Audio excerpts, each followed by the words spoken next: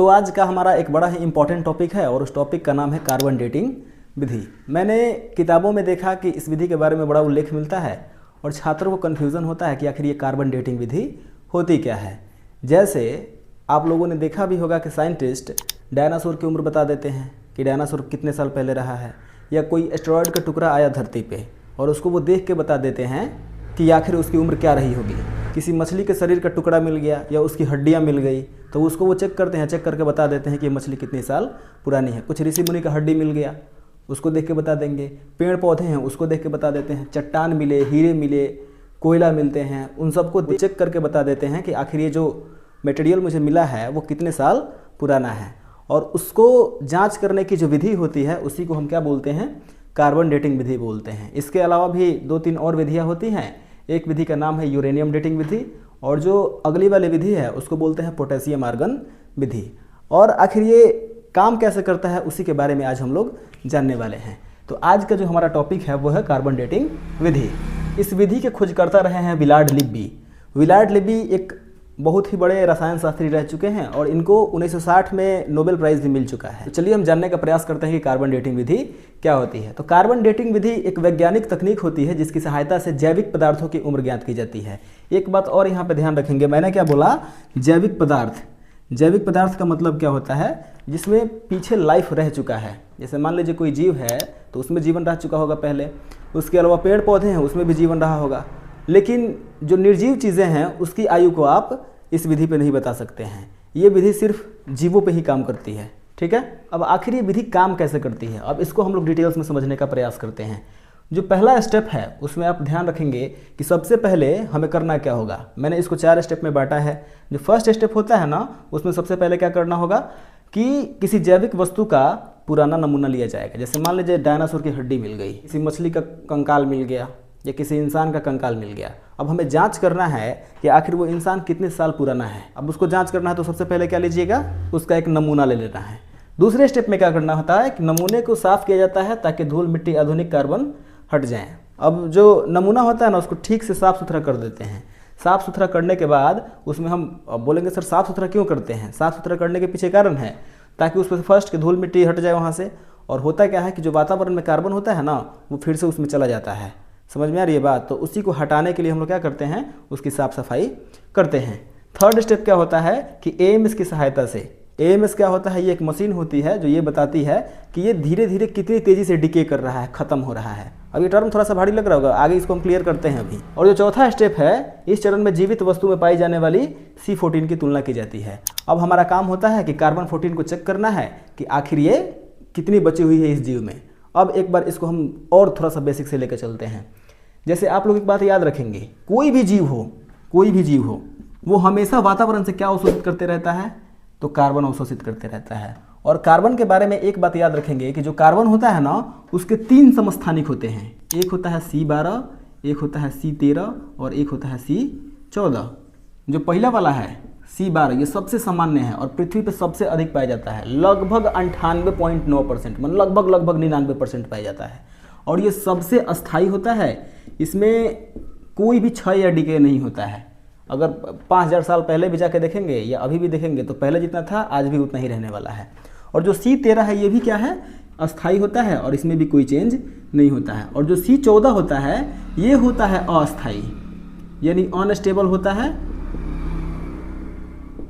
और सिंपल भाषा में बोलें तो ये होता है रेडियोधर्मी या रेडियो सक्रिय।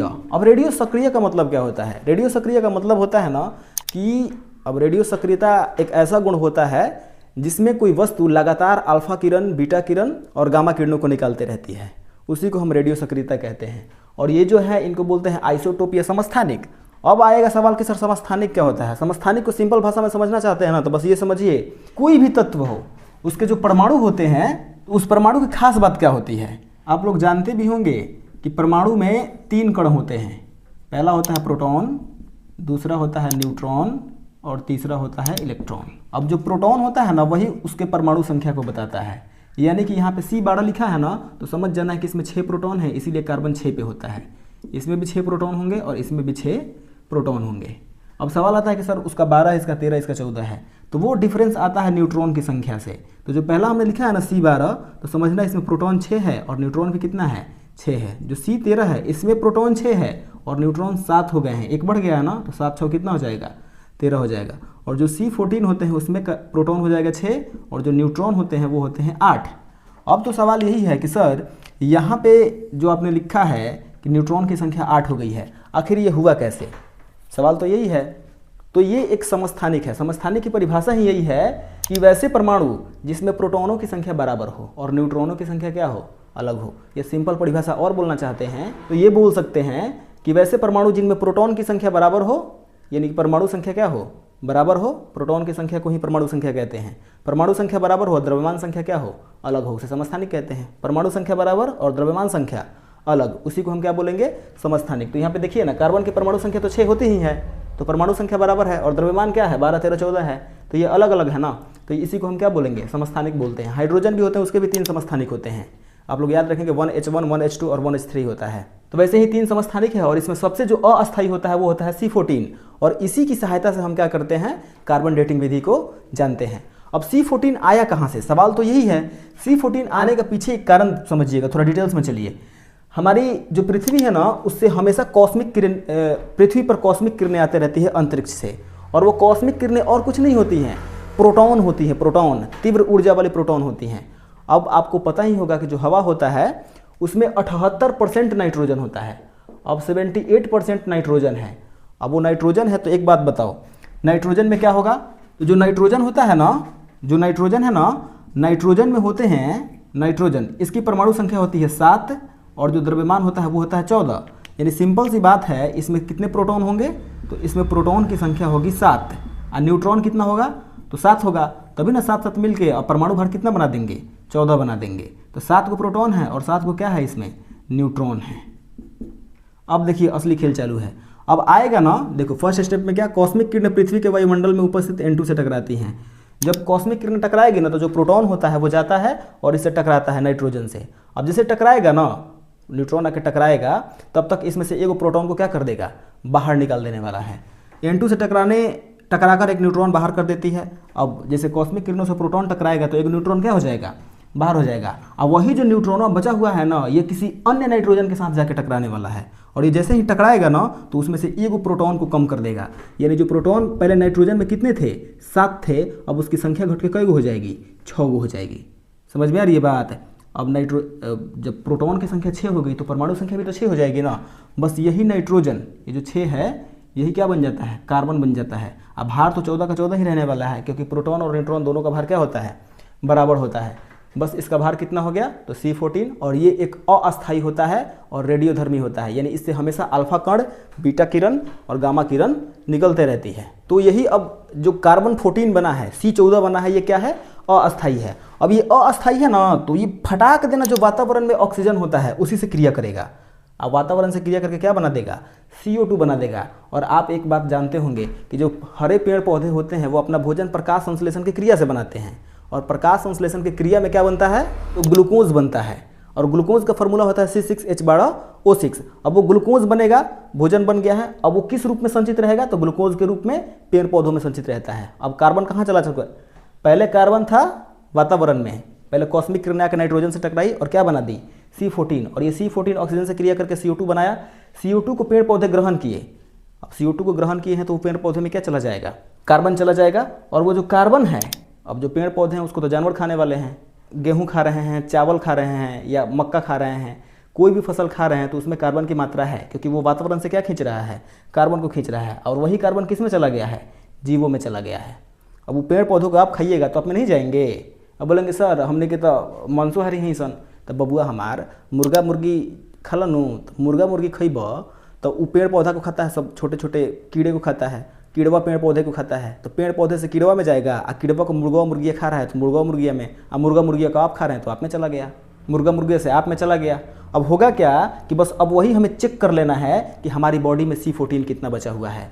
अब इसको समझना चाहते हैं ना, तो एक टर्म और आता है जिसको हम बोलते हैं रेडियो सक्रियता। अब ये रेडियो सक्रियता क्या होती है, अब इसमें क्या होता है रेडियो सक्रियता में कि धीरे धीरे अल्फा कण, बीटा कण और गामा किरणें निकलते रहती हैं। अब मान लीजिए एक उदाहरण से इसको समझाते हैं।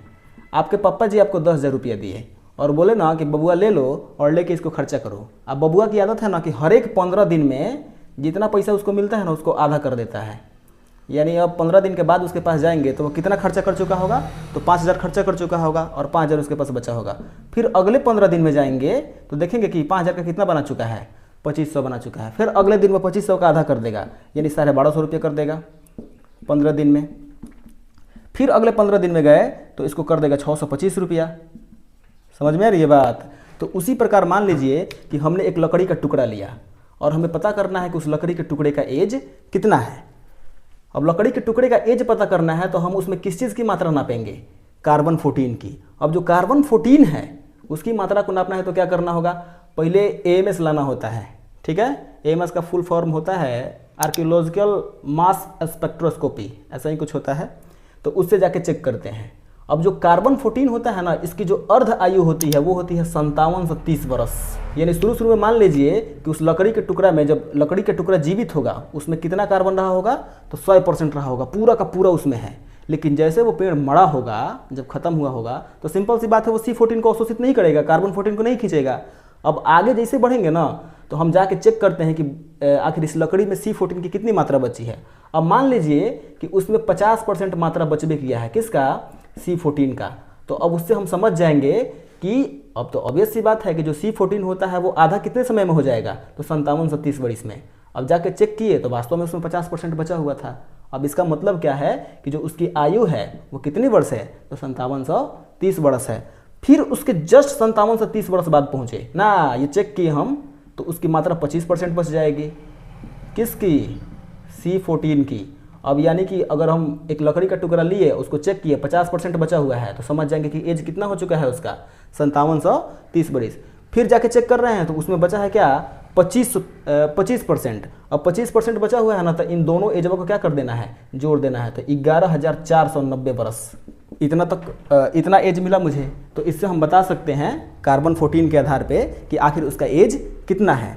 अगर 25% से भी कम मिला, 12.5% मिला, तो जस्ट फिर 57 से 30 वर्ष जोड़ दीजिए, लगभग 17,000 साल के आसपास आएगा।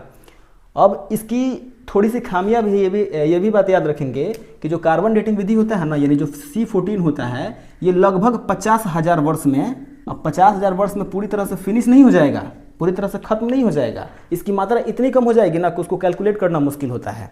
तो इसलिए ये जो कार्बन डेटिंग विधि होती है, ये 50,000 वर्ष तक के अगर चीज़ों की आयु नापनी है तो ये सुपर है, झकास है, आराम से इससे कर सकते हैं।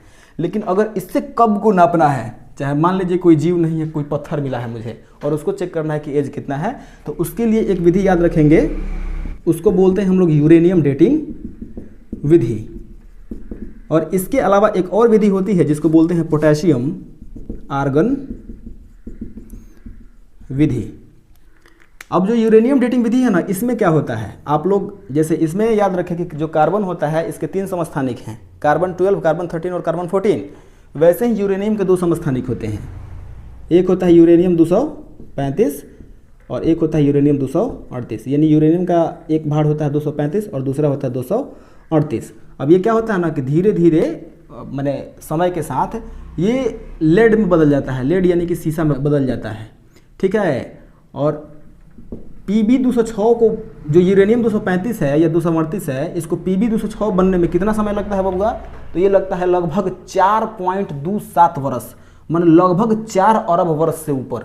तो अगर आपको एक्यूरेसी चाहिए ना, मान खूब पुराना चीज़ का एज नापना है कि पृथ्वी की एज कितनी है, सूर्य की आयु कितनी है, तो उसके लिए क्या करना होगा, तो यूरेनियम डेटिंग विधि का यूज़ करना होता है और उसमें चेक कर लेना होता है। अब हाल फिलहाल की कोई घटना है और उसमें आप जाके यूरेनियम डेटिंग विधि लगा रहे हैं, तो उसमें इतना कम परिवर्तन हुआ होगा ना, माने इतना यूरेनियम कम बदला होगा लेड में कि आप चेक ही नहीं कर पाएंगे, तो कोई फायदा नहीं होता है। पोटेशियम आर्गन विधि होता है ना, ये भी समस्थानिक पे ही काम करता है। पोटेशियम का एक समस्थानिक होता है K40 और ये धीरे धीरे किस में बदलता है, तो आर्गन में बदलने लगता है। और इस आधार पे हम लोग बता सकते हैं। तो जो हमारा मेन था ना वो कार्बन डेटिंग विधि था, तो उसके बारे में हमने ऑलमोस्ट सारी चीज़ें बता दी हैं। अब सारी चीज़ें क्या, अब उतना डिटेल्स भी नहीं है, बस आप लोगों के काम की चीज़ें हैं। बस इतना समझिए कि कार्बन डेटिंग विधि को समझना है तो इतना जान लीजिए कि जो कार्बन होता है उसके 3 समस्थानिक होते हैं, C12, C13 और C14। जो C12 और C13 होता है ये अस्थायी होता है और जो C14 होता है, C14 होता है, ये अस्थायी होता है। ये हमेशा अल्फा किरण, बीटा किरण और गामा किरणों को निकालते रहता है। और इसकी जो उम्र होती है, जो अर्ध आयु होती है, माने अपने मात्रा का आधा हो जाएगा 57 से 30 साल में, और फिर जो मात्रा बच गई है फिर उसको आधा होने में 57 से 30 साल लगेगा। यानी 2 गो हाफ लाइफ पार करेगा ना तो 11,490 वर्ष हो जाएगा। यानी किसी लकड़ी के टुकड़े में 25% C14 मिला या किसी हड्डी में C14 25% मिला तो समझ जाना है कि 11,490 वर्ष पुराना है। और ये सब कैसे पता हो रहा है? साइंटिफिक मेथड है, उससे पता लगाया जा रहा है। बस उसी में कार्बन डेटिंग विधि का यूज़ करते हैं और हम बता देते हैं कि कोई भी जीव कितना वर्ष पुराना रहा है, पृथ्वी की एज कितनी रही है, सूर्य की एज कितनी रही है। बस सब इन्हीं विधियों का कमाल है, इन्हीं विधियों की देन है। कार्बन डेटिंग विधि, यूरेनियम डेटिंग विधि, पोटेशियम आर्गन विधि। अब थोड़ा सा एडवांस और आ गया है, आर्गन विधि, तो उसके बारे में आप लोग आगे जाएंगे तो पढ़ेंगे। फिलहाल मुझे इतना ही जानकारी था तो मैंने बता दिया। तो मिलते हैं फिर अगले वीडियो में। धन्यवाद।